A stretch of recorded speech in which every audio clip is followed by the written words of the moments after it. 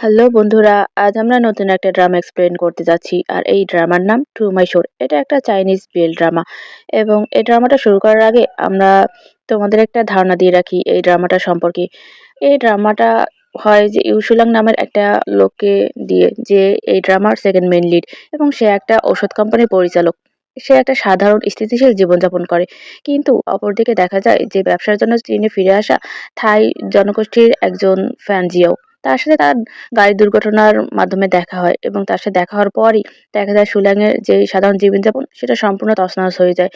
সুলাংয়ের জীবনযাপন যেমন স্থিরতায় ছিল, কিন্তু ফ্যানজিওর জীবনযাপন সম্পূর্ণই অস্থিরতায় ভরা, যার ফলে সে একটু বিকৃত এবং ম্যানিপুলেটিভ টাইপের জীবনযাপন করছিল। যখন সে জানতে পারে যে ইউসুলাং গে এবং সে পুরুষদের পছন্দ করে, তখনই সে একটু ট্রিক খাটিয়ে তাকে নিজের প্রেমে ফেলার চেষ্টা করে। কিন্তু দেখা যায় সে নিজেই ইউসুলাংয়ের প্রেমে পড়ে যায়। অপরদিকে আমরা দেখতে পাই যে ফ্যানজিওর আসল রূপ জানতে পেরে ওদিকে সুলাং অনেক বেশি ক্ষিপ্ত হয়ে যায় এবং সে তাকে হেট করা শুরু করে। এরপর দেখার বিষয় যে ফ্যানজিও কি তার ভালোবাসাকে জয় করতে পারে নাকি সে হেরে যায়। চলো আমরা এখন ড্রামায় ফিরে যাই। টু মাই শোরের এটা এপিসোড 1। এই এপিসোডের শুরুতেই আমরা দেখতে পাই যে ফ্যানজিওর যে চাচা থাকে, মিস্টার সু, সে তাকে বকাবকি করছে যে তুমি দিন দিন আরো বেশি বেপরোয়া হয়ে যাচ্ছ, তুমি দিনের বেলায় একটা গাড়িকে মেরে দিয়েছো। এবং সে আরো বলে যে এখন সময় পাল্টে গেছে, সবকিছু আইনের ওপর চলে, তুমি এরকম করতে পারো না। তখনই দেখা যায় যে সে আরো বলে যে তুমি এরকম করলে আমরা অনেক বিপদে পড়ে যাব। তখন তার বডিগার্ড যে থাকে সে বলে যে হ্যাঁ বুঝেছি স্যার, কিন্তু ওর চাচা রেগে যায় এবং বলে যে তুমি আমার ভাষায় কথা বলো। তখন ওর বডিগার্ডটা বলে আচ্ছা ঠিক আছে। তখনই দেখা যায় যে আমাদের মেইন লিড ফ্যান জিয়াও, সে একটা সিগারেট ধরায় এবং তার আঙ্কেল তার দিকে ফেরে। জিয়াও তখন সোজা হয়ে বসে এবং ওর আঙ্কেলকে বলে যে আঙ্কেল, এরপর যদি আমি কোনো খারাপ কাজ করি তাহলে অবশ্যই আপনি আমাকে বকা দিবেন। এবং তখনই দেখা যায় যে ওর চাচা উঠে দাঁড়ায় এবং বলে যে জিয়া জিও, তোমার বাবা তোমাকে আমার কাছে রেখে গেছে, তোমার ভালো মন্দ দেখার দায়িত্ব আমাকে দিয়ে গেছেন এবং আমি তোমার সবকিছুর জন্যই রেসপন্সিবল। তখনই দেখা যায় সে আরো বলে আমি একটা বিশাল পারিবারিক ব্যবসা করছি, আমি কিছুতেই স্থির হয়ে থাকতে পারছি না এবং আমরা নতুন কিছু করতে যাচ্ছি। এবং সে আরো বলে যে এবং তোমাকে এই হুয়া কান্ট্রিতে তার এন্ট্রিতে তোমাকে সাহায্য করেছে, তুমি এটাকে লসে ফেলে দিতে পারো না। এবং সে আরো বলে আমরা ব্যবসায়ী এবং টাকা সবার আগে। তখনই দেখা যায় যে জিয়াও বলে যে হ্যাঁ আপনি ঠিক বলেছেন, শান্তি বয়ে আনে টাকা। কিন্তু সে আরো বলে যে জুচাচা, আপনার যদি এরপরে কিছু বলার থাকে তাহলে অবশ্যই আমাকে বলবেন, আমার যে মানুষজন আছে ওদেরকে বলে কোনো লাভ নেই, ওরা তো আর এটা বুঝবে না, তাই না? তখনই দেখা যায় যে ওর চাচা একটু বিরক্ত হয় এবং বলে যে জিয়া জিও, তুমি জানো যে আমরা কোথা থেকে এসেছি এবং আমরা কোথায় বিলং করি। এবং সে আরো বলে যে আমার দেরি হয়ে যাচ্ছে, আমি এখন যাচ্ছি। এবং তখনই দেখা যায় যে আচ্ছা আমি কি আপনাকে এগিয়ে দিয়ে আসবো? তখন ওর চাচা বলে যে না দরকার নেই, আমি একাই চলে যেতে পারবো, তুমি তোমার কাজটা ঠিক মতো করো। তো এরপর দেখা যায় যে সে তার লোকজন নিয়ে ওখান থেকে বেরিয়ে যায় এবং জিয়াও তখনও সে স্মোকিং করতে থাকে। তখনই দেখা যায় যে তার বডিগার্ড থাকে, সে বলে যে বস, আমি খুঁজে বের করব যে জু চাচাকে কে এই খবরটা দিয়েছে। এবং তখনই দেখা যায় সে আরো বলে যে আর ওই ট্রেসলার ড্রাইভারটিও দ্রুত ছিল এবং সে অবশ্যই সরিয়ে যেতে সম্ভব হয়েছে, সম্ভবত সে হাতে ব্যথা পেয়েছে। তখন দেখা যায় সে আরো বলে যে আপনি কি চান? তখন দেখা যায় যে জো বলে যে তার ভাগ্যে যদি এটা থেকে থাকে তাহলে এটা তার কর্মফল, কিছুই করার নেই। তার বডিগার্ড তখন আর বলে যে তাহলে তার মেয়ে জুটিং এর কি হবে? তখন জিয়াও বলে যে সে সুস্থ হলেই বাড়ি ফিরে যাবে এবং আমি চাই না সে এত তাড়াতাড়ি সুস্থ হোক। এই কথা শুনে দেখা যায় যে তার বডিগার্ড বলে কিন্তু বিগ বস নিজে আপনার জন্য তাকে পছন্দ করেছে। এবং তখন দেখা যায় যে জিয়াও আরো বলে যে যতক্ষণ পর্যন্ত আমাদের হুয়া কান্ট্রি সম্প্রসারণ সুস্থভাবে চলবে তাকে আর আমার বাগদত্তা হতে হবে না। এরপর আমরা দেখতে পাই যে জিয়াও হসপিটালে যায় শুটিংকে দেখার জন্য এবং তখনই দেখা যায় নার্স বলে যে মিস্টার টিং, আপনার ঔষধের সময় হয়ে গেছে। এবং আমরা দেখতে পাই যে ওই জিয়াও বলে শুটিংকে তুমি শুধু তোমার সুস্থতার দিকে নজর দাও এবং ব্যাংককে যদি তোমার কিছু প্রয়োজন হয় তাহলে তুমি অবশ্যই আমাকে জানাবে। তখন দেখা যায় শুটিং তাকে ধন্যবাদ দেয় এবং জিয়াও ওখান থেকে বেরিয়ে আসে এবং দেখতে পায় হসপিটালে অনেক ধরনের মানুষ, এক একজনের এক এক সমস্যা। কেউ এই সমস্যা নিয়ে ভুগছে তো কেউ ও সমস্যা নিয়ে। এবং দেখা যায় এক একজন এক এক কাজে ব্যস্ত। আর এই সবকিছুই ও হাসছে আর দেখছিল এবং ওর গলায় একটা লকেট লক্ষ্য করা যায়। এরপর আমরা দেখতে পাই যে ও হাঁটতে হাঁটতে লিফটের কাছে যায় এবং লিফটের ভিতরে ঢোকে। তখনই সে হাত দিয়ে তার লকেটটা চেপে ধরে এবং বলে যে সকল মানুষই কোনো না কোনো কষ্ট আছে, হে বুদ্ধা আপনি সকলকে রক্ষা করুন। এরপরে আমরা দেখতে পাই যে ও বের হয় ওই লিফট থেকে এবং একটু সামনে এগিয়ে যেতেই শুনতে পাই কেউ একজন একটা ছেলেকে বলছে যে তুমি অনেক হ্যান্ডসাম এবং অনেক দয়ালু। তখনই দেখা যায় যে ও ওইখানে দাঁড়ায় এবং সেই ছেলেটা এদিকে ফেরার সাথে সাথেই দেখা যায় যে ওর সাথে ওর কন্ট্রাক্ট হয়ে যায়। তখনই আমরা দেখতে পাই যে ওটা আমাদের যে সেকেন্ড মেইন লিড ইউসুলাং সে ছিল। তখন তার মনে পড়ে একটু আগের ঘটনা, যখন সে একটা গাড়ি অ্যাক্সিডেন্ট করে এবং সে গাড়ির থেকে বেরিয়ে দেখতে পায় যে একটা লাক্সারি কার এবং সে ওটার কাছে যায় এবং ওটার দরজায় নক করে এবং মনে মনে বলে যে সম্ভবত তার কোনো কারণ ছিল এখানে পার্ক করার। এবং দেখা যায় কতক্ষণ কোনো শব্দ না পায়ে ও আবার একটু চিন্তিত হয়ে যায় যে লোকটা কি বেশি আহত হয়েছে। তারপরে আমরা দেখতে পাই যে ওই জানালার কাঁচটা খুলে যায় এবং সেখানেই দেখা যায় যে আমাদের ফ্যানজিওকে। ফ্যানজিও তখন ওর দিকে তাকায় এবং গাড়ি থেকে বেরিয়ে আসে। তখনই আমরা দেখতে পাই যে সুলাং ওকে জিজ্ঞাসা করে যে তুমি কি ঠিক আছো, তুমি কি কোথাও ব্যথা ট্যাথা পেয়েছো? তখনই দেখা যায় যে জিও বলে না আমি কোথাও ব্যথা পাইনি, আমি ঠিক আছি। দেখা যায় যে ইউসুলাং আবার জিজ্ঞাসা করে তোমার কি হসপিটালে যেতে হবে? কিন্তু দেখা যায় যে জিও তখনও বলে যে না আমি ঠিক আছি। তখন ইউসুলাং আবার বলে যে তোমার গাড়ির যে ক্ষতি হয়েছে সেটা আমি দিয়ে দেব, আমি পুলিশ এবং আমার বীমা কোম্পানিতে খবর দিয়েছি। তখনই দেখা যায় সে আরো বলে যে তোমার সুস্থ থাকাটাই বড় কথা, গাড়িটা নয়। ইউসুলাং আরো বলে যে এই কাজে একটু সময় লাগতে পারে। তখন দেখা যায় জিও বলে যে সমস্যা নেই, আমার তাড়া নেই।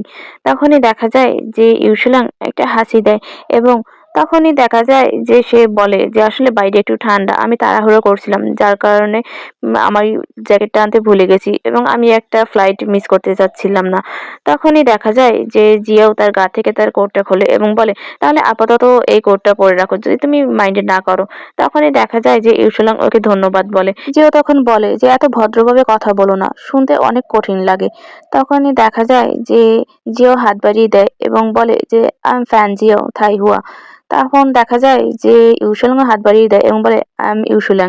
তারপর দেখতে পাই আমরা ওর গাড়িটা ওখান থেকে চলে যায় এবং জিয়াও হাত নেড়ে বাই বলে এবং দেখা যায় সেই কোটটা ওর হাতে। ও কোটটা থেকে ঘ্রাণ নেয় এবং সেই কোটটায় সে ওয়াইল্ড রোজের ঘ্রাণ পায় এবং বলে যে বুনো ওয়াইল্ড রোজের ঘ্রাণ।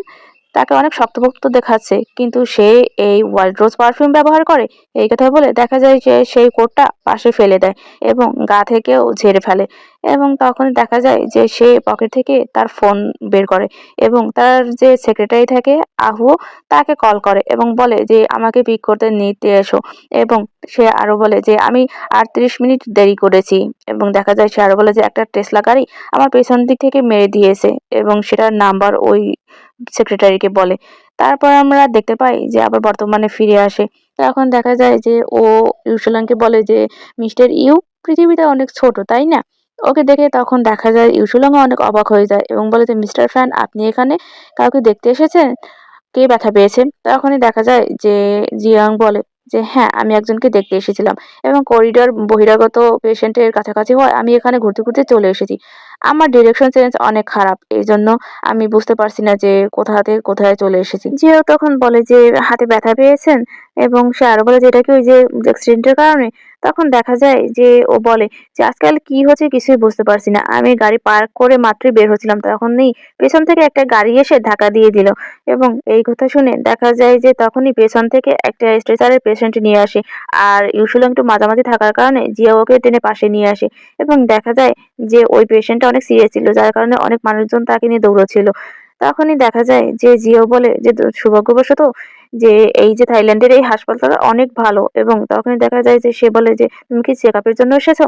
তখন দেখা যায় ইউসুলাং বলে যে আসলে আমার এটা বদলানোর দরকার ছিল তাই জন্যই আমি এখানে এসেছি। এবং এরপর দেখা যায় যে জিও বলে আচ্ছা আমি তো বুঝতে পারছি না যে কোথা থেকে কোথায় যাব, তুমি কি আমাকে পার্কিং লটটা একটু দেখিয়ে দেবে?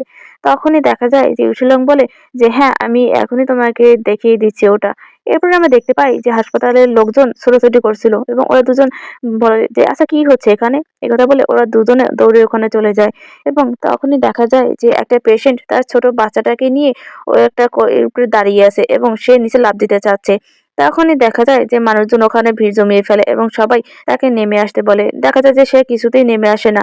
সে অনেক বেশি চিৎকার চেঁচামেচি করে এবং বলে যে, "আমি এই বাচ্চাটাকে নিয়ে কি করব? আমার অনেক কষ্ট। এই বাচ্চাটার চিকিৎসা কে করবে?" তখন দেখা যায় যে ওখানে ডাক্তার, নার্স সবাই চেষ্টা করে তাকে ওখান থেকে নামিয়ে আনার জন্য। কিন্তু সে কিছুতেই নেমে আসতে চায় না এবং বলে যে, "আমি তোমাদের কারো কথাই শুনবো না।" তখনই দেখা যায় যে ইউসুলাং সে একটা বুদ্ধি করে। সে তার গা থেকে তার এটা খুলতে নেয় জ্যাকেটটা। কিন্তু তখনই দেখা যায় যে জিয়াও বাধা দেয় এবং বলে, "তোমারটা খোলার দরকার নেই। আমি আমারটা খুলে দিচ্ছি।" তখন সে তার গা থেকে আবার তার জ্যাকেটটা খুলে দেয় এবং সেটা নিয়ে দেখা যায় ইউসুলাং একদম সামনে যায় এবং বলে যে, "তোমরা যারা চাও তারা একটা জ্যাকেট খুলে দাও এবং এখানে আমরা বিছিয়ে দেই যাতে সে পড়ে গেলেও ব্যথা না পায়।" তখনই দেখা যায় যে সকলেই রাজি হয় এবং সকলেই তাদের জ্যাকেট খুলে তার কাছে দেয় এবং আমরা দেখতে পাই যে এরপরে একটা বড় চাদর আনা হয় এবং সেটা তারা ধরতে নেয়। তখনই দেখা যায় যে জিয়াও ওকে না করে যে, "তোমার হাতে ব্যথা, তোমার এটা ধরতে হবে না।" কিন্তু দেখা যায় তারপরেও ইউসাং তার কথা শোনে না। দেখা যায় যে সে ওই চাদরটা ধরে। আর এদিকে আমরা দেখতে পাই উপরে একটা গার্ড আসে। গার্ড এসে ওই মহিলাটিকে পেছন থেকে ধরে ফেলে। যার ফলে সে ভারসাম্য রক্ষা করতে না পেরে বাচ্চাটা তার হাত থেকে পড়ে যায় এবং দেখা যায় যে সকলেই চিৎকার করে ওঠে। কারণ বাচ্চাটা ওখান থেকে পড়ে গেলে হয়তো বাঁচবে না। কিন্তু দেখা যায় সৌভাগ্যবশত তাদের ওই বিছানা চাদরের ভেতরে এসে পড়ে। যার কারণে বাচ্চাটার কিছুই হয় না। তখন দেখা যায় একটা সিস্টার এসে বাচ্চাটাকে ওখান থেকে নিয়ে যায় এবং সকলে অনেক বেশি খুশি হয় এবং ওদের অনেক বেশি তারিফ করে। তখন আমরা দেখতে পাই যে ওই বাচ্চাটা যখন ধরেছিল তখন ওর হাঁটায় আরো বেশি ব্যথা পেয়েছিল। কিন্তু ওর সেটা তখন ফিলই হয়নি। কারণ ও বাচ্চাটাকে বাঁচাতে পেরেছিল। তাতেই অনেক বেশি খুশি ছিল। এরপর আমরা দেখতে পাই যে ও ভিড় ঠেলে সামনের দিকে চলে যায় এবং ওর পিছনে জিয়াও যায়। কিন্তু দেখা যায় সকলে তখনও তার অনেক প্রশংসা করতে থাকে। জিয়াও তখন বলে যে, "ইউশিলাং, তুমি সত্যিই অসাধারণ।" তখনই দেখা যায় যে ইউশিলাং অশ্রুভরা চোখে ওর দিকে পিছনে ফিরে তাকায় এবং তারপর আবার সামনে তাকায়। তখন দেখা যায় জিয়াও ওর কাছে আসে এবং বলে যে, "তুমি কান্না করছো?" তখনই দেখা যায় যে ও আর কিছু বলে না। এর পরের দৃশ্যে আমরা দেখতে পাই ওরা একটা রেস্টুরেন্টে আসে এবং সেখানে দুজনেই বসে আসে। ওখানের যে সার্ভার সে তাদেরকে ড্রিঙ্কস সার্ভ করে যায় এবং জিয়াও তখন বলে যে, "তোমার কি মনে হয় না যে মৃত্যু এক ধরনের মুক্তি?" তখনই দেখা যায় যে ইউসুলাং ড্রিঙ্কস ঢালছিল গ্লাসে এবং তখন দেখা যায় জিও তাকে ধন্যবাদ বলে। তারপর দেখা যায় যে ইউসুলাং বলে যে, "তুমি কি বললে? কিসের মুক্তি? মৃত্যু কারো কিভাবে মুক্তি হতে পারে?" তারপর দেখা যায় যে ওদিকে দেখা যায় জিও বলে যে, "কিছুই না। আজ বিকেলে যা ঘটেছিল আমি সেটা নিয়েই ভাবছিলাম।" তখন দেখা যায় যে ইউসুলাং ওই গ্লাসটা হাতে নেয় এবং বলে, "এই নাও তোমার গুরুত্বপূর্ণ পদক্ষেপের জন্য।" এবং দেখা যায় জিও বলে, "তোমাকেও।" এই কথা বলে দুজনেই চিয়ার্স করে এবং দেখা যায় যে দুজনে ওই বিয়ারটা পান করে।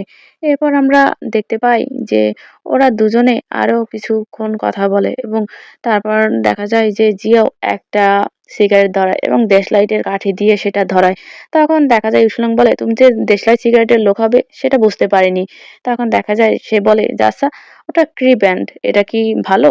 তখন দেখা যায় যে জিয়া ওর দিকে ওই সিগারেটের বক্সটা এগিয়ে দেয় এবং বলে যে, "তুমি নিজেই ট্রাই করে দেখো।" তখনই দেখা যায় যে ইউসুলাং ওখান থেকে ওই বক্সটা নেয় এবং সেখান থেকে সে একটা সিগারেট বের করে মুখে নেয়। তারপর দেখা যায় নিজের পকেট থেকে একটা ড্যাশলাইট বের করে। কিন্তু সেটা আর আগুন জ্বালাতে পারে না। আর সেই দৃশ্য দেখে তখন দেখা যায় যে জিয়াও তার যে ড্যাশলাইট থাকে সেটা দিয়ে আগুন জ্বালিয়ে ওর মুখের কাছে নিয়ে যায় এবং দুজনে কাছাকাছি হওয়ায় দুজন দুজনার দিকে তাকিয়ে থাকে। এরপর আমরা দেখতে পাই যে ইউসুলাং সে কাছাকাছি এসে আগুন ধরায় সিগারেটে এবং একটু টেনে বলে যে, "এটা আমার পক্ষে সম্ভব না। এটা অনেক বেশি মিষ্টি।" তখন দেখা যায় যে জিয়াও বলে যে, "ও তাই নাকি?" তখন দেখা যায় সুলাং আরো বলে যে, "এটা অনেক বেশি রাফ" এবং তখন দেখা যায় জিয়াও বলে, "আসলে তুমি এরকমই মানুষটা মনে হয়। যা ভাবো সেটাই বলে ফেলো।" তখন দেখা যায় ইউসুলাং বলে, হয়তো আজকের দিনটা স্পেশাল।" এরপরে আমরা দেখতে পাই যে ইউসুলাং এর ফোনে একটা কল আসে এবং সে তখন জিয়ার দিকে তাকায় এবং বলে যে, "সরি, আমাকে এই কলটা পিক করতে হবে।" এই কথা বলে সে উঠে যেতে নেয়। কিন্তু তখনই দেখা যায় যে জিয়াও উঠে দাঁড়ায় এবং ওকে বসিয়ে দেয় আর বলে যে, "তুমি এখানে বসেই কথা বলো, আমাকে বাইরে যেতে হবে।" এই কথা বলে সে দরজা বন্ধ করে বাইরে গিয়ে দাঁড়ায়। তখন সে শুনতে পায় ইউসুলাং বলে যে, "জেন, আমি বাহিরে খাচ্ছি।" এবং এই কথা সে বাহিরে বসে শোনে। তারপর দেখা যায় সে সিগারেট টানতে ওখান থেকে চলে যায়। এরপর দেখা যায় যখন সে ফিরে আসে তখন একজন বয়স্ক সাথে তার দেখা হয় এবং তাকে গ্রেট করে। এরপর আমরা দেখতে পাই সে যখন দরজার কাছাকাছি যায় তখন সে শুনতে পায় যে ইউসুলাং বলছে যে এখানে অনেক মজা হচ্ছে, সব ঠিক আছে, আগামী সপ্তাহে আমি তোমার সাথে থাকবো। এবং দেখা যায় সে আরো বলে যে আমিও তোমাকে খুব মিস করছি। এই কথা শুনে দেখা যায় জিয়াও তাড়াহুড়ো করে দরজাটা খুলে ফেলে এবং দেখে যে ইউসুলাং তখনও ফোনে কথা বলছিল। ওকে দেখে ইউসুলাং ফোনটা রেখে দেয় এবং বলে যে তোমার যেহেতু কালকে আর্লি শিডিউল আছে তাহলে তুমি তাড়াতাড়ি ঘুমিয়ে পড়ো, এবং বাই বলে ফোনটা রেখে দেয়। আর এদিকে আমরা দেখতে পাই যে জিয়াও তার সিগারেটের প্যাকেটটা আবার নেয় এবং সেখান থেকে আবার একটা সিগারেট ধরায়। তখনই দেখা যায় যে সে বলে তোমার আর তোমার প্রেমিকের মধ্যে সম্পর্ক দারুণ। তখন দেখা যায় যে সে আরো বলে যে আমি তোমার খুবই ঈর্ষান্বিত হচ্ছি যে তুমি তোমার জীবনসঙ্গী খুঁজে পেয়েছো। তখন দেখা যায় ইসলং বলে যে সোলমেট। এরপর দেখা যায় সে আরো বলে এটা একটু বেশি হয়ে গেল তাই না? তখনই দেখা যায় জিও বলে তুমি তাকে অনেক ভালোবাসো তাই না? এই শিলং বলে যে হ্যাঁ, আমি ভালোবাসি তাকে অনেক। এরপর দেখা যায় জিও একটু আপসেট হয় এবং বলে যে এই টেবিলে মনে হয় আমি একাই যে সিঙ্গেল। তখন দেখা যায় যে ইউসুলাং ওর দিকে তাকায় এবং সে বলে যে এটার কারণ হতে পারে তুমি একটু খুঁতখুঁতে। তখন দেখা যায় জিও বলে হ্যাঁ, এটা তারই একটা অংশ। তারপর দেখা যায় ইউসুলাং বলে যে তো মিস্টার ফ্যান আপনার কি ধরনের পার্টনার পছন্দ? তখন দেখা যায় যে ও ড্রিঙ্কস হাতে নিতে নিতে বলে সত্যি কথা বলতে তোমার বান্ধবীটা দারুণ লেগেছে। তখন এই কথা শুনে দেখা যায় যে ইউসুলাং একটু অবাক হয়ে যায় এবং তখন দেখা যায় জিও বলে যে আমি হয়তো ভুল বলেছি, আমি থাইল্যান্ডে বড় হয়েছি, আমার হুয়ার ভাষা এতটা সাবলীল নেই, তাই আমি মাঝে মাঝে নিজেকে বোকা বানিয়ে ফেলি। তখন সে আরো বলে যে আমি সত্যি কথা বলতে চাইছিলাম যে সে অবশ্যই অনেক সুন্দরী হবে। এই কথা বলে সে দেখা যায় ইউসুলাং এর গ্লাসে একটা টোকা দেয় এবং বলে যে তোমার রুচির উপর আমার বিশ্বাস আছে, যদি তার কোনো বোন থাকে তাহলে তোমার যদি কোনো আপত্তি না থাকে পরিচয় করিয়ে দিতে পারো আমার সাথে। তখনই দেখা যায় যে ইউসুলাং তার কাপটা নিচে রাখে এবং বলে যে টু ব্যাড, তার কোনো বোন নেই। এবং এই কথা শুনে দেখা যায় যে জিয়াও আর কিছু বলে না। এরপরে আমরা দেখতে পাই যে ওরা বাইরে দাঁড়িয়ে আছে এবং ইউসুলাং ওকে ধন্যবাদ বলে যে রাতের খাবারের জন্য ধন্যবাদ এবং আপনি সাবধানে যাবেন মিস্টার ফ্যান। এই কথা বলে দেখা যায় যে একটা ক্যাবে চড়ে ইউসুলাং ওখান থেকে চলে যায়। আর দেখা যায় যে জিয়াও সে ওখানে দাঁড়িয়ে থাকে ওর যাওয়ার পথের দিকে তাকিয়ে। এরপর আমরা দেখতে পাই যে তার যে সেক্রেটারি থাকে সে তার জন্য গাড়ি নিয়ে আসে এবং সে গাড়িতে উঠে এরপর জানালার কাঁচ খুলে তার সেক্রেটারিকে বলে যে ইউসুলাং এর যে গার্লফ্রেন্ডকে সেটা খুঁজে বের করো। এবং আরো বলে যে আমি মনে হয় এখন একটা সম্পর্ক তৈরি করার জন্য প্রস্তুত। এই কথা শুনে দেখা যায় যে তার সেক্রেটারি বলে আচ্ছা ঠিক আছে স্যার। এর পরের দৃশ্যে আমরা দেখতে পাই যে ইউসুলাং এর যে গার্লফ্রেন্ড ওটা গার্লফ্রেন্ড না, তার বয়ফ্রেন্ড, কারণ সে একজন গে এবং তার পুরুষ মানুষ পছন্দ। এরপর আমরা লুজিনকে দেখতে পাই যে জিয়ার ওখানে এসেছে এবং সে একা একা রুমে বসে আছে। তখনই তার ফোনে একটা কল আসে। সে কলটা পিক করে এবং বলে যে সিস্টার শাহুয়া। তখন সে বলে যে তুমি কি ওখানে পৌঁছেছো? তখন লুজেন বলে হ্যাঁ পৌঁছেছি, একজন রুক্ষ চেহারার লোক আমাকে ভেতরে নিয়ে এসেছে এবং সে হুয়া ভাষা ভালো না, সে ভালোভাবে বলতেও পারে না, সম্ভবত সে হুয়া কান্ট্রি থেকে বিলং করে না। তখন ওদিক থেকে বলে যে সত্যি, এবং সে আরো বলে যে তাহলে মনে হয় যে চিত্রশিল্পী সে হুয়া কান্ট্রির। এবং থেকে আরো বলা হয় যে আমাদের এজেন্সি বছরের পর বছর ধরে হুয়া কান্ট্রি সার্কেলে রয়েছে এবং সে আরো বলে এখানের বেশিরভাগ ক্লায়েন্ট হুয়া সম্প্রদায়ের মানুষ। আমি পরে অন্যান্যদের সাথে যোগাযোগ করব। আর চিন্তা করো না, মডেল হতে থাই ভাষা জানার দরকার নেই। তুমি থাইল্যান্ডে খুব কম এসেছো এবং ইতিমধ্যে তুমি উচ্চ বেতনের একটা চাকরি পেয়েছো। ওরা তোমাকে চেয়েছে, এটাকে তুমি গুরুত্ব সহকারে নাও। বুঝে তখন দেখা যায় লুজেন বলে বুঝেছি এবং সে বলে যে আচ্ছা ঠিক আছে, আমি এখন ফোন রাখছি, ঘরটা খালি, তাই আমি আমার মেকআপটা একটু ঠিক করে নেব। এই কথা বলে সে ফোনটা রেখে দেয়। এরপর আমরা দেখতে পাই যে সে আয়নার কাছে যায় এবং এদিক ওদিক তাকিয়ে সে তার ব্যাগ থেকে তার মেকআপটা বের করে এবং সে একটু টাচ আপ করতে নেয়। আর তখনই আমরা অপর পাশে দেখতে পাই যে জিয়াও এবং তার সেক্রেটারি বসে আছে এবং তারা আয়নার ওপাশ থেকে দেখতে পাচ্ছে যে লুজেন কি কি করছিল। জিয়াও তার সেক্রেটারিকে জিজ্ঞাসা করে যে তুমি কি শিওর যে এটাই সুলিং এর লাভার? তখন দেখা যায় সেক্রেটারি বলে যে হ্যাঁ, আমি শিওর। তখন দেখা যায় যে জিয়াও বলে যে তাকে দেখতে খুবই সোজা এবং আনটাচেবল মনে হলেও সে কে আশা করছিল যে সে পুরুষদের পছন্দ করবে। তখনই দেখা যায় যে সে আরো বলে মনে মনে যে আমার মনে হয় এই পৃথিবীতে কেউ নিখুঁত নয়। এই কথা বলে সে বসা থেকে উঠে দাঁড়ায় এবং ওই আয়নার কাছে যায়। তখনও দেখা যায় যে লুজেন তার মেকআপ ঠিক করছিল। জিও তখন মনে মনে বলে যে আচ্ছা, সে কি তার লাভারের মতো ওয়াইল্ড রোজের পারফিউম পছন্দ করে। এরপর আমরা দেখতে পাই জিও দরজা খুলে ভেতরে ঢোকে এবং ওকে দেখে দেখা যায় লু একদম অবাক হয়ে যায়, কারণ ও অনেক বেশি হ্যান্ডসাম ছিল। তখন জিও বলে যে আপনাকে অপেক্ষা করানোর জন্য অনেক সরি, আমার গুরুত্বপূর্ণ একটা কল এসেছিল এবং আপনার সময় নষ্ট করার জন্য সরি মিস্টার লু। তখনই দেখা যায় যে লুজেন বলে ঠিক আছে, বেশিক্ষণ সময় লাগেনি। তখন দেখা যায় জিও হাত বাড়িয়ে দেয় এবং বলে যে আম শারফান, এবং সে বলে যে আমি আমার পরিচয় দিতে ভুলে গিয়েছিলাম। তখন দেখা যায় যে লু হাত বাড়িয়ে দেয় এবং বলে লুজেন, এবং সে আরো বলে যে আমাকে কি করতে হবে। তখন দেখা যায় জিও বলে যে আপনি এখানে চুপ করে বসে থাকুন, তাহলেই হবে। দেখা যায় যে ও একটা টুলের উপর গিয়ে বসে এবং আমরা দেখতে পাই জিয়াও তার স্কেচের সামনে গিয়ে দাঁড়ায়। তখন লুজেন জিজ্ঞাসা করে আমাকে কি চেঞ্জ করতে হবে। তখন জিও বলে না, তোমার সৌন্দর্য যেমন তেমনই ভালো লাগছে, এর কোনো সাজসজ্জার প্রয়োজন নেই।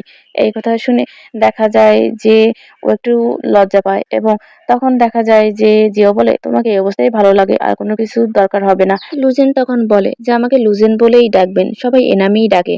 এই কথা শুনে দেখা যায় যে জিও বলে যে সবাই, এমনকি তোমার প্রেমিকও। তখনই দেখা যায় যে লুজেন একটু অবাক হয়ে যায়, সে কিছুই বলে না।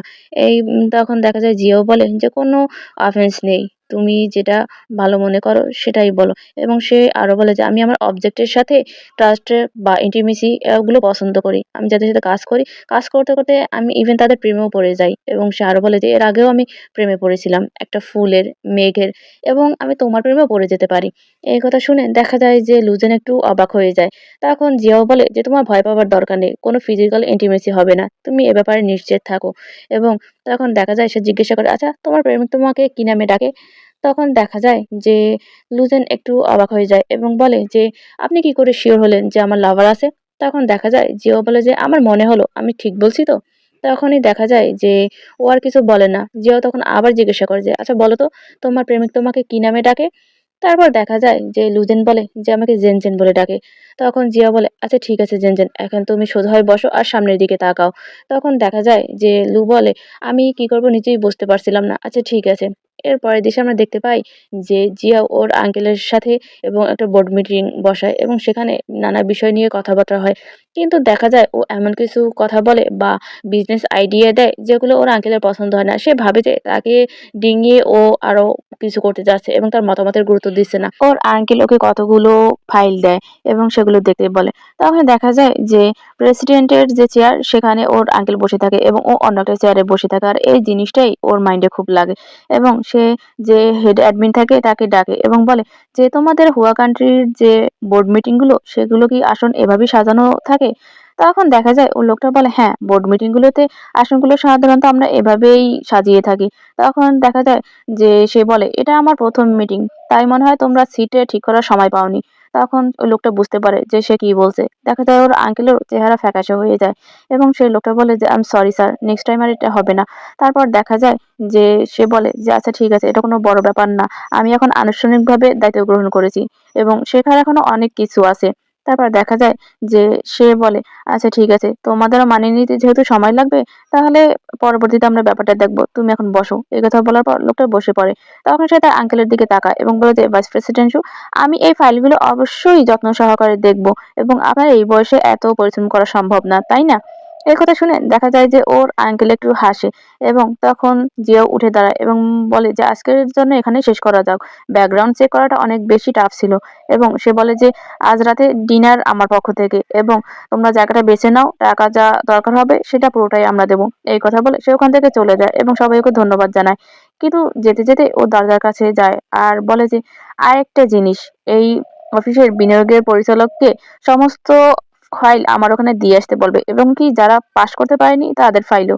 এই কথা বলে সে ওখান থেকে চলে যায় আর দেখা যায় ওর আঙ্কেলকে খুবই চিন্তিতও লাগে।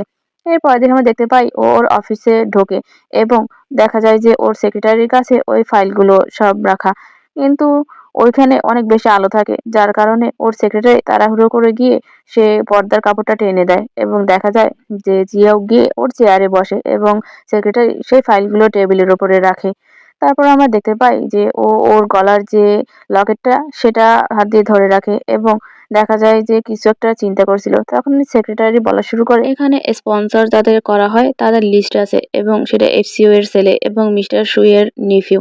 তখন দেখা যায় যে ও বলে যে ভাগ্য কখনোই পরিবর্তন হয় না। এরপর দেখা যায় যে সেক্রেটারি আরো বলে যে এখানে পরিচালকের সমস্ত ক্রয় বিক্রয়ের হিসাব নিকাশের ফাইল আছে এবং সে আরো বলে যে যত ক্রয় বিক্রয় হয়েছে তার যে ডিটেলস সেটা আপনার ইনবক্সেও দেওয়া আছে এবং দেখা যায় যে সে বড় ফাইলের লিস্টে দেখিয়ে বলে যে এটা যে প্রস্তাবগুলো প্রত্যাখ্যান করা হয়েছে সেটার। তখনই দেখা যায় যে জিয়াও উঠে বসে এবং ওই প্রত্যাখ্যিত যে ফাইলগুলো তার থেকে একটা ফাইল হাতে নেয় এবং সেটা খুলে দেখতে পায় যে বোহাই ফার্মাসিউটিক্যালের একটা প্রস্তাব এবং সেটা রিজেক্ট করে দেওয়া হয়েছে। তারপর হঠাৎ করেই সে মনে পড়ে যে এটায় মিস্টার ইউসুলাং কাজ করে এবং সে সত্যিই তখন খুশি হয়ে যায়। তারপর দেখা যায় সে তার যে ড্রয়ার থাকে সেখান থেকে ইউসুলাং এর ওই কার্ডটা বের করে এবং সেখানে দেখে সত্যি ওটা বোহাই ফার্মাসিউটিক্যাল এবং সে খুশি হয়ে যায় এবং বলে যে আসলে ভাগ্য আমাদের একসাথে করা বন্ধ করবে না। এরপর আমরা দেখতে পাই যে ও কল করে ইউসুলাংকে। ইউসুলাং তখন তার অফিসে কাজ করছিল। ওর কল পেয়ে জিজ্ঞাসা করে একা একা যে আচ্ছা ও আমাকে কেন কল করেছে। তারপর দেখা যায় যে ও কলটা পিক করে এবং বলে যে কি দরকার, তুমি কেন আমাকে কল করেছো। দেখা যায় যে জিয়াও বলে আসলে আমি রাস্তা হারিয়ে ফেলেছি, আমি কি করব বুঝতে পারছি না। এর পরের দৃশ্যে আমরা দেখতে পাই ইউসুলাং গাড়ি নিয়ে জিওর কাছে যায় এবং দেখতে পায় সে একটা অপরিচিত জায়গায় দাঁড়িয়ে আছে এবং আশেপাশে কোনো জনবসতি নেই। তারপর তখন দেখে ও জিজ্ঞাসা করে যে তুমি এখানে কি করে সে থামলে। জিয়াও তখন বলে যে আমার কোনো ধারণা নেই এবং সে আরো বলে যে আমি জিপিএস অনুসরণ করে এখানে এসে পৌঁছলাম এবং ঘুরে ফিরে সে এখানে এসে দাঁড়িয়ে গেছি।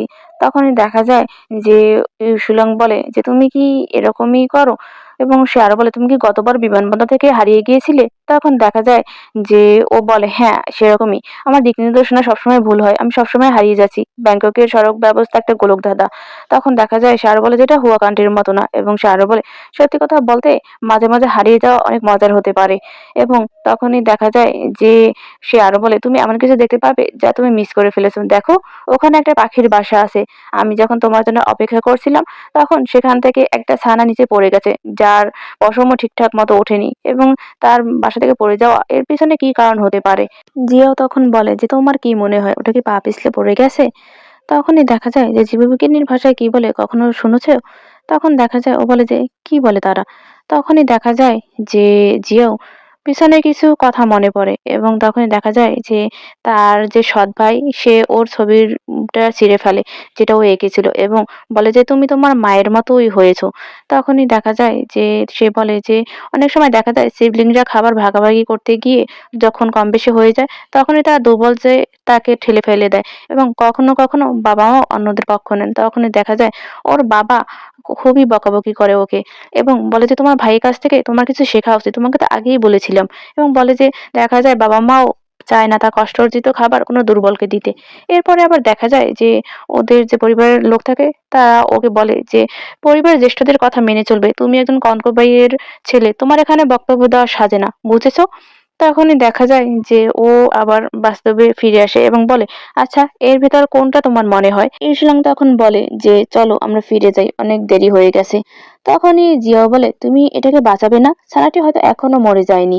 তখনই দেখা যায় যে ইউসুলাং ওর দিকে তাকায় এবং বলে কি হবে, কোথায় রাখবে এবং আবার ওখানে রেখে দেবে। তখন দেখা যায় যে সে আরো বলে যে তুমি কিভাবে জানো যে এটা আবার ধাক্কা দিয়ে বের করে দেওয়া হবে না। তখনই দেখা যায় যে জিয়া ওর কাছে যায় এবং জানে তুমি জানো এটা রাখলে আর রক্ষা পাবে না, তাহলে সেদিন তুমি ওই বাচ্চাটাকে কেন বাঁচিয়েছিলে, তার যে রোগ সে তো বাঁচবে না এটা তো তুমিও জানো। তখনই সেদিনের ঘটনা ওর মনে পড়ে এবং তখন দেখা যায় যে ইউসুলাং বলে যে আসলে আমি একটা মানুষ হয়ে আরেকটা মানুষকে মরে যেতে দেখতে পারছিলাম না, আমি তাকে আরেকটা সুযোগ দিয়েছি বেঁচে থাকার এবং সে যদি বেঁচে থাকে তাহলে ভালো। এবং তখন দেখা যায় সে আরো বলে আমি তো শুধু সেখানে দাঁড়িয়ে দাঁড়িয়ে দেখতে পারছিলাম না ব্যাপারটা, তাই না। এরপর দেখা যায় যে সে আরো বলে প্রকৃতির নিজস্ব নিয়ম আছে, মানুষের সেখানে খুব বেশি হস্তক্ষেপ করা উচিত নয়। জিও বলে এটা বলা একটু অ্যাকওয়ার্ড কিন্তু তারপর বলছি যে ওই বাচ্চাটার চিকিৎসার দায়িত্ব আমার কোম্পানি নিয়েছে এবং সে সুস্থভাবেই বেড়ে উঠবে। তখন দেখা যায় যে সে আরো বলে যে আপনার এই মহৎ কর্মের জন্য আপনাকে অনেক বেশি ধন্যবাদ। তখন দেখা যায় যে ইউসুলাং বলে, আমার দেরি হয়ে যাচ্ছে, এবার সত্যিই আমাকে যেতে হবে। এই কথা বলে সে যেই গাড়ির কাছে যেতে নেয়, তখনই দেখা যায় জিও বলে যে আপনি অনেক কষ্ট করেছেন, চলেন আজকে ডিনারটা আমি আপনাকে করাই। তখনই দেখা যায় যে ও বলে যে না, আমার একটা গুরুত্বপূর্ণ কাজ আছে রাতে। তখন দেখা যায় যে জিও বলে, কি কাজ? তখন দেখা যায় সে তার প্রজেক্টের কথা বলে যে এই করা। তখন দেখা যায় যে ইউসুলাং একদম অবাক হয়ে যায় এবং বলে যে তুমি কি করে জানলে? তখন দেখা যায় যে জিও বলে, আসলে প্রত্যাখ্যাত যে ফাইলগুলো আছে সেখানে দেখলাম তোমাদের কোম্পানিরও একটা ফাইল আছে এবং আমি সেটার কথাই বলছিলাম, কিন্তু তোমাদের ওটা আমার ভালো লেগেছে, চলো আমরা একটা জায়গা ফিক্সড করি কথা বলার জন্য। তখন দেখা যায় যে ইউসুলাং বলে যে আমার একটা ভালো জায়গা পরিচিত আছে, সেটা অনেক সুন্দর, সেখানেই চলো। তখন জিও বলে আচ্ছা ঠিক আছে। এরপর আমরা দেখতে পাই যে বোহাই কোম্পানি এবং জিওর কোম্পানির সাথে ওদের একটা বৈঠক হয় এবং সেখানে যে বোহাই কোম্পানির যে ডিরেক্টর থাকে সে অনেক কথাবার্তা বলে এবং দেখা যায় যে জিও ওদের এই কথাগুলো খুবই পছন্দ হয়। এবং তখন দেখা যায় অপরদিকে সেই ডিরেক্টর বলে যে আপনাকে যদি কিছু পছন্দ হয়, যদি আরো কিছু দরকার হয় তাহলে আপনি আমাদেরকে বলবেন। তখন জিও বলে যে আমি আপনাদের সবকিছুই দেখেছি এবং আমার যে লক্ষ্য, যে দৃষ্টিটা আমি চাই সেটা আমি খুঁজে পেয়েছি এবং বাকি যদি আরো কিছু দরকার হয় তাহলে আমি ইউসুলিং এর সাথে কথা বলে নেব। এই কথা শুনে সবাই একদম অবাক হয়ে যায় এবং ডিরেক্টর বলে যে আপনি কি ইউসুলিংকে চেনেন? এবং তখন দেখা যায় অন্যান্যরা বলে যে কিন্তু সে তো মাত্রই বিদেশ থেকে লেখাপড়া করে এসেছে, তাহলে তারা কিভাবে বন্ধু হলো? এবং তখন একটা মেয়ে বলে যে আমি যখন গেট দিয়ে ঢুকছিলাম তখনও শুনলাম সে ইউসুলিং বলে কথা বলছে, তারা মনে হয় পূর্ব থেকেই পরিচিত। তখনই দেখা যায় সকলেই ওদের দিকে তাকায় এবং দেখা যায় ইউসুলিং একটু অবাক হয় এবং তখনই সে ওই ঘটনা এড়ানোর জন্য বলে যে ডিরেক্টর সাহেব, খাবার প্রস্তুত আছে, আমরা কি এখন সেখানে যেতে পারি? তখন দেখা যায় যে ডিরেক্টর বলে আচ্ছা ঠিক আছে এবং তখন দেখা যায় সে জিওকে বলে যেহেতু আপনি তার সাথে পরিচিত, সে ড্রিঙ্কসের সময় এবং খাবারের সময় আপনাকে সঙ্গ দেবে। ডিরেক্টর আরো বলে যে প্রেসিডেন্ট ফ্যান, আমরা আমাদের নিজস্ব শেফ টিম বাসা থেকে নিয়ে এসেছি এবং আমাদের যে হুয়া কান্ট্রির খাবার সেটা অনেক ভালো এবং এটা মদের স্বাদটাও অনেক বেশি ভালো, আপনি এটা খুব ভালোভাবেই গ্রহণ করতে পারবেন। তখন জিয়াও বলে আচ্ছা ঠিক আছে, আমি এটা খুব ভালোভাবেই গ্রহণ করছি এবং আমি আমার ড্রিঙ্কসটা আমি অনেকটা বেশি ক্যারি করতে পারি, সেটা ইউসুলং জানে। এবং তখনই দেখা যায় যে ইউসুলং ওর দিকে তাকায় এবং একওয়ার্ডভাবে একটু হাসে। এর পরের দৃশ্যে আমরা দেখতে পাই যে ওরা সেই ফানকুইটে হাজির হয় এবং ওরা একে অপরের সাথে ড্রিঙ্কস করে এবং দেখা যায় অনেক বেশি ড্রিঙ্কস করে ফেলে এক একজন। ইউসুলং তখন একজন স্টাফকে জিজ্ঞাসা করে যে আচ্ছা, আমাকে মূল আসনের পাশে কেন বসানো হয়েছে? তখন দেখা যায় যে এটা আসলে ডেপুটি যে ম্যানেজার আছে তার কথাই বলা হয়েছে এবং এটা কোনো ভুল হয়নি। এবং সে আর বলে যে এটা পরিচালক লিউ বলেছে যে জিওর সাথে আপনার সিট দিতে। তখন দেখা যায় সে আর বলে যে এখন আমাদের কিছুই করার নেই, তুমি এটা উপভোগ করো। এরপরে দেখা যায় যে ইউসিলাং ওই পাশের চেয়ারে গিয়ে বসে এবং দেখা যায় যে ডিরেক্টর লিউ তাদের ব্যবসা সম্পর্কে এবং তাদের যে আইডিয়া সে সম্পর্কে বিস্তারিত বলা শুরু করে জিওকে এবং জিও তার সাথে যোগ দেয় এবং তারা বিভিন্ন বিষয় নিয়ে ডিসকাস করে। তারপর দেখা যায় যে ইউসুলাং ওই কথাগুলো শুনতে থাকে। এরপর ডিরেক্টর লিউ জিয়াংকে ড্রিঙ্কস দিতে বলে ইউসুলাংকে এবং ইউসুলাং যখনই ওই ড্রিঙ্কসটা ঢালতে নেবে গ্লাসে, তখনই দেখা যায় জিয়াও ওর হাত ধরে ফেলে এবং বলে যে আমারই উচিত যে মিস্টার ইউকে ড্রিঙ্কস সার্ভ করা। এবং সে আরো বলে যে আজ রাতে মনে হয় আমি আপনার উপর ডিপেন্ডেন্ট হয়ে যাব। তখনই দেখা যায় যে ও অবাক চোখে তাকায় জিয়ার দিকে কিন্তু কিছুই বলে না। এরপর আমরা পাশ থেকে আরেকজনকে বলতে শুনি যে বোহাই আর পিনফিং এর যে এই চুক্তি, এটা মনে হয় মিস্টার ইউর উপরই নির্ভরশীল। তখন দেখা যায় যে ইউফুলাং বলে যে না না, এরকম কোনো কিছুই না। তারপর দেখা যায় যে ওই লোকটা আবার বলে না, বলছি এইটার যে ডিরেকশন, এটার যে ডিরেক্টর এটা তুমিই হবে এবং তুমি এটা পরিচালনা করবে। এরপর দেখা যায় ইসুলং উঠে দাঁড়ায় এবং সে চিয়ার্স করে জিয়ার সাথে এবং বলে যে বোহাই কোম্পানিতে ইনভেস্ট করার জন্য আপনাকে অনেক বেশি ধন্যবাদ। এরপর আমরা দেখতে পাই যে তারা আরো সকলের সাথে টোস্ট করে এবং চিয়ার্স করে এবং অনেক বেশি ড্রিঙ্কস করে ফেলে, যার কারণে ইউসুলাং অনেক ড্রাঙ্ক হয়ে যায়। এবং এরপর আমরা দেখতে পাই যে ইউসুলাং সে ওয়াশরুমের বেসিনে হাত মুখ ধুচ্ছিল এবং তখনই বেরিয়ে আসে জিয়া ওয়াশরুম থেকে এবং বলে যে তুমি এখানে আর তোমার কোম্পানির লোকেরা তোমার সাথে টোস্ট করবে বলে ওখানে লাইনে দাঁড়িয়েছিল। এবং দেখা যায় যে ও একটা টিস্যুতে হাত মুছতে মুছতে বলে যে তুমি এখানে এত সময় ধরে কি করছিলে? এবং ওর কাছাকাছি যায়। যার ফলে দেখা যায় যে ইউসুনা একটু সরে যেতে নেয়। কিন্তু ড্রাঙ্ক হওয়ার ফলে ও পড়ে যেতে নিলে জিয়াও ধরে ফেলে এবং বলে, "তোমার সাবধানে পা ফেলো। পিছনে একটা ডাস্টবিন ক্যান আছে।" তখন দেখা যায় সে হাতে টিস্যুটা ওখানে ফেলে এবং বলে, "আমি এটা ফেলতেই এখানে এসেছিলাম।" তখনই দেখা যায় যে জিয়াও জিজ্ঞাসা করে, "তুমি কি রাগ? একটু আগে আমি যেসব কথা বলেছিলাম ওখানে টেবিলে এইজন্য?" তখন দেখা যায় যে ও বলে যে, "না, তুমি আমার ওখানে দাম বাড়িয়ে দিচ্ছিলে। আমি কেন তোমার উপর রাগ করব?" এবং সে আরো বলে যে, "আমার মতো একজন লোকের তোমার তো দরকার নেই।" কিন্তু দেখা যায় যে জিয়াও বলে যে, "তোমারই দরকার। তোমার ওখানে যারা কাজ করে তারা তো মাথামোটা, কিছুই বোঝে না। তোমার মতো মানুষেরই গুরুত্ব দেওয়া উচিত।" জিয়াও তখন বলে যে, "যদি আমরা যাই হোক বিনিয়োগ করি তাহলে অবশ্যই তোমাকে তোমার প্রাপ্য যে জায়গাটা সেটায় বসানো হবে। তাই না?" তখন দেখা যায় যে ইউসুলাম বলে যে, "সত্যিই তুমি কি বিনিয়োগ করছো?" তখন জিও বলে যে, "হ্যাঁ, তোমাদের প্রজেক্টের একটা লক্ষ্য আছে এবং এটা প্রফিট হওয়ার সম্ভাবনা আছে।" তখন দেখা যায় সে আরো বলে যে, "গ্র্যান্ড ডিরেক্টর, আপনার আরেকটু শক্ত হওয়া উচিত ছিল এবং আপনি এতটা সহজ হয়ে যাবেন ভাবতে পারিনি।" তখনই দেখা যায় যে ও আরো ওর কাছাকাছি যায় এবং বলে যে, "সকলের মুখ বন্ধ করার একটা পরিকল্পনা আছে এবং একটা ওয়ে আছে।" এই কথা বলে দেখা যায় যে জিয়া ওখান থেকে চলে যায়। আর এদিকে আমরা দেখতে পাই যে ইউসুলাম সে একদম অবাক হয়ে সামনের দিকে তাকিয়ে থাকে। আর এই চ্যাপ্টারটা এখানেই শেষ হয়ে যায়। ভিডিওটি ভালো লাগলে অবশ্যই লাইক, কমেন্ট আর সাবস্ক্রাইব করে পাশে থাকবেন। ধন্যবাদ সবাই।